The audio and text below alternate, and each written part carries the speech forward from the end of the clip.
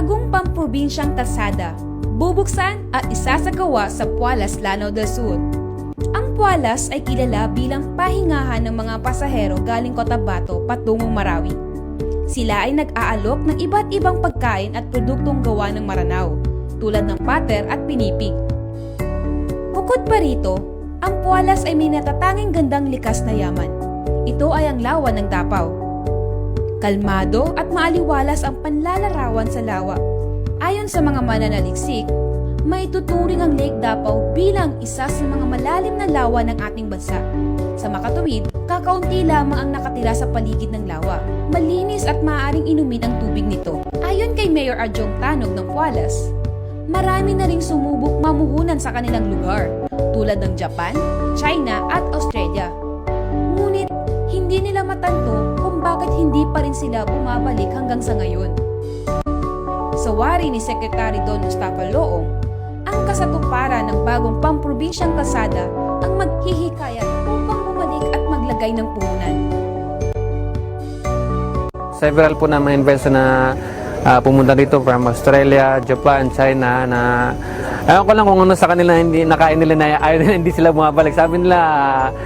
Sabi nga ni MacArthur, we shall return, I shall return. Pero ngayon, hindi pa po sila bumabalik yung mga investors namin na in-invite namin na pumunta po dito. Baka hinihintay pa matapos yung daan na gagawin natin. Yun na nga po nang hindi. Pag makita nila yung daan na to, baka doon na po sila mag-start Actually, mag-invest. pag malagyan nga ng restaurants beside the lake, no? Magandang, pag ma-pave natin to lahat, Mayor, gano'ng katagal from Marawi coming here?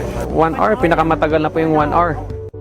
Tiniyak ni Mayor Adjong Tanog ang seguridad at kaligtasan ng mga mamumuhunan at mga proyekto ng DPWH at ang mga inisyatibo ni Regional Governor Mujib Hataman sa pag-unlad ng kanilang bayan sa aspeto ng turismo at ekonomiya. Batid niya ang kahalagahang maidudulot ng mga proyektong ito sa kanyang mga kababayan. Dahil noon pa man, ang mga residente ay namamangka pa sa kalagitnaan ng Lake Davao upang makarating sa sentro ng pamilihan. Ang isang importance po ng project namin is ito po ay newly open na provincial road po. Ang malaking makaka-benefit po dito is yung 5 barangay namin dun sa banda dun is until now nahihirapan nila. We're in the late 20s na hanggang ngayon, pauwi pa sila ng bayan nila is through bangka pa po, nag-aabang po sila. Nagbabangka po sila hanggang ngayon. So walang access road talaga galing? Wala pong access road. Actually, meron po doon, yung sa kabila po ng isang project po. Pero ngayon, nahihirapan po kasi doon sa banda doon, maraming tulay na kailangan ilagay po. Well, cooperation naman, sa nakikita namin po, hindi naman po sagabal yung sa mga residente. Kasi makikita nyo na wala naman po masyadong bahay na nakalagay dito sa gilid ng lake po.